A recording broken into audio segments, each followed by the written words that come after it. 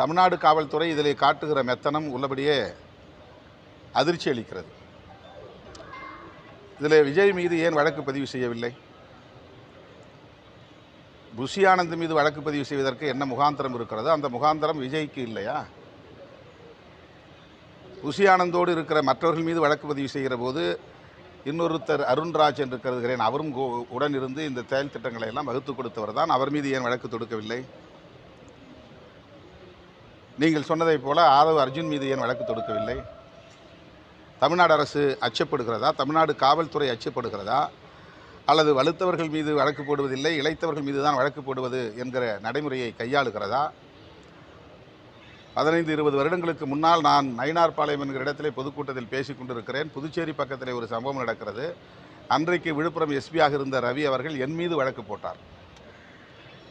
எனக்கும் அதற்கும் சம்பந்தம் இல்லை, எனக்கு தெரியாத ஒரு நிகழ்வு. கட்சிக்காரர்கள் ஏதோ ஒரு சம்பவத்தில் ஈடுபடுகிறார்கள் என்றவுடன் சம்பந்தமே இல்லாத என் மீது வழக்கு, இப்படி பல வழக்குகள் என் மீது எந்த தொடர்பும் இல்லாத நிலையிலே போடப்பட்டிருக்கிறது.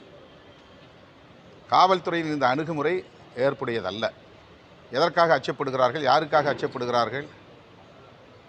எல்லோரும் சமம் என்று பார்க்கிற போது அந்த கட்சியிலே சம்பந்தப்பட்டவர்கள், இதற்கு காரணமானவர்கள் அல்லது அலட்சியமாக இருந்தவர்கள், இந்த உயிரிழப்புக்கு காரணமான நிலைப்பாடுகளை எடுத்தவர்கள், காலதாமதம் செய்தவர்கள், வேண்டுமென்றே காலதாமதம் செய்தவர்கள் என்கிற வரிசையிலே நடிகர் விஜயும் தானே வருகிறார். அவர் மீது வழக்கு தொடுப்பதற்கு தமிழ்நாடு அரசுக்கு என்ன தயக்கம், என்ன அச்சம்?